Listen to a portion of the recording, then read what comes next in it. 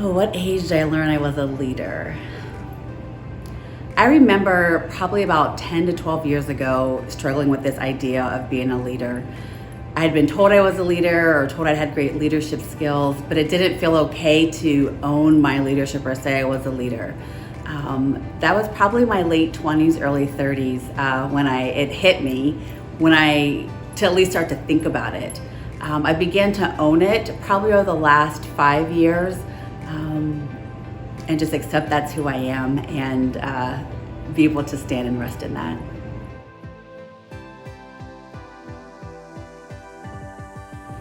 Oh my goodness, a childhood situation. I was always the kid that would speak up in class if something didn't seem right. I've always asked a lot of questions. I've always needed clarity. And I've always had a really strong sense of justice and fairness. And one situation I think about is a friend of mine being treated poorly by other kids. And it wasn't an intentional leadership step, but it just wasn't okay. I think one of the most clear times I could think of though was in 6th grade when learning about the Great White Way, which is Broadway. I learned later on when I was 11 years old. But stepping forward to say something to the teacher and to my principal at the time around the exclusiveness of that term. So stepping forward, using my voice. I didn't talk to my parents first, so I wasn't seeking permission, but really being willing to use my voice to speak up for things that seemed unfair or unjust.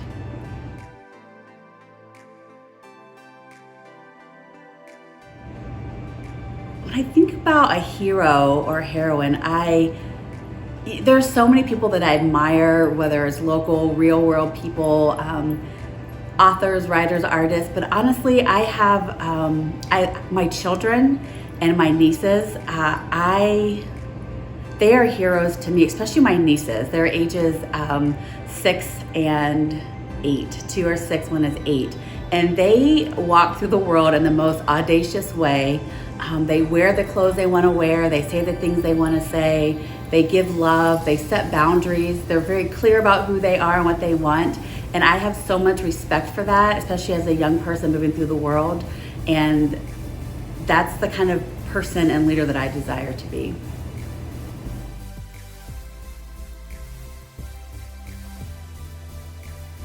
My favorite hobby. This is an interesting question because I've actually been trying to figure that out for myself. What's the difference between a hobby and just doing something you like? I'm very fortunate in that the work that I get to do, whether it's community building, meeting people, building relationships, organizing, I love doing those things and it's my work. But I would say, I love writing. That's one of my favorite things to do, writing poetry, writing prose. I would say anything creative. So that can be something as simple as reorganizing cabinets. I love painting and I haven't done that for a while either, just as I'm kind of talking about it. I just like to create things. I love taking photos of nature outside. I love doing yoga, but again, I don't know if that's a hobby or just something that serves me best. But anything that allows me to create is a hobby for me.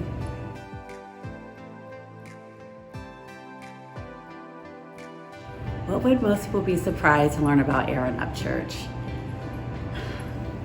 On my Instagram, I think Facebook too, I have in my bio, quirkier than you would expect. And I'm extremely quirky. I teach at the College of Social Work at OSU, and I always tell my students, I'm weird, I know I'm weird, and I just want you to know that I know I'm weird, so that way, whatever comes up, we're just gonna roll with it. And I think something else is I am a big old teddy bear on the inside and super, super soft, super, super sensitive and tender.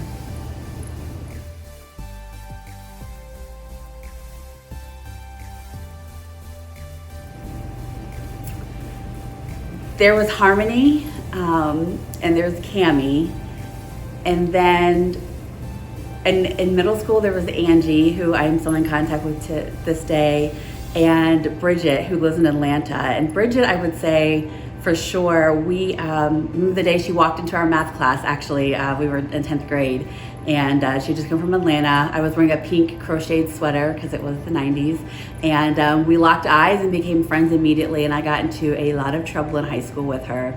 and she's the Scorpio to my Leo.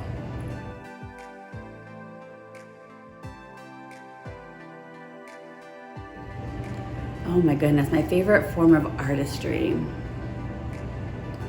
I don't know that I could pick one form. I love all forms of art. I think the arts are, my goodness, it's just a gift to us all. When I think about love and hurt and tenderness and just all the feelings and emotions and all that's beautiful and hard in this world, like I believe that's why the arts exist. They're another language. And so really any form that is able to speak to me in the moment, I absolutely love and enjoy.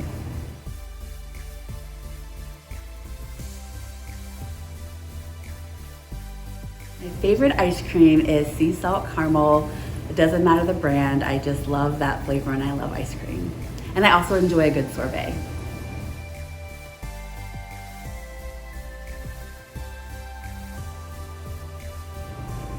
My favorite quote is something from my dad.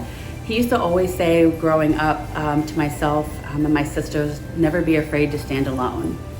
And when I was younger, I took that to mean like it's okay to be by yourself. And so I've always been a person who would want to go to the movies or to dinner or do things on my own. But as I've gotten older and mature and I've had so many more experiences, I know that it can mean that.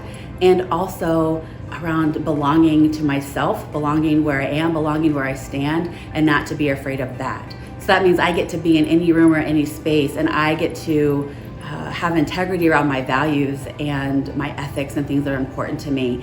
And I can be okay with maybe being the only person in that moment who's taking that stand. And to me, that's what it means to not be afraid to stand alone.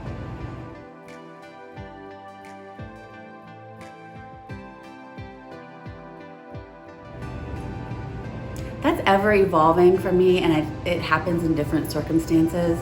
I remember in 2015, I did a TED Talk, and I was terrified before I went on stage. And I had to remember why I was giving the talk and having the conversation. And the speak even if your voice shakes came up to me then. And I've used that multiple times because sometimes my voice does shake, and that's okay. But it's also, I guess if I would say my life mantra is around being clear about who I am, the truth about who I am, and being in my own aliveness. And what that means to me is doing work and engaging in relationships and whatever it is that makes me feel the most alive on the inside. It's not about talent, it's not about gifts, longing, passion, all of those things can exist, but if it's not generative and I'm not feeling alive on the inside, then I know that it's not for me. What advice would I give to my 15-year-old self? There's a lot of things, but I think the biggest thing, the main thing I would say is it's okay that you don't fit in. You absolutely belong.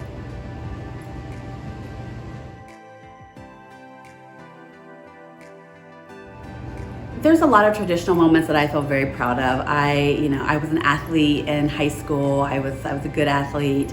I've been on multiple leadership teams. I was on the homecoming court in college, which was a big deal because I had to run. That was my first kind of campaign, and I was very deeply steeped in Christianity and the Christian church at that time, and I was very zealous about that. And so that's a big deal on a college campus to go around and evangelizing. I'm a parent of 2 children. I have a 16-year-old daughter, an 18-year-old son, and they're really delightful human beings. Parenthood is not for the weak, for sure. I love the work that I'm doing at Kaleidoscope, where my sole purpose for existing there is to make sure that LGBTQ youth have a safer place to exist, to experience belonging in community. So there's a lot of traditional things that are notable that people on the surface would say are great. Honestly, what I'm so proud of for myself is the changes that have gotten to happen within me as I continue to grow and deepen my career, deepen my work in terms of knowing who I am and getting really clear about who I am. That feels so good and it feels so strong, and it's called me into a place of courage that I wasn't expecting when I was younger, and a place that helps me feel the most alive.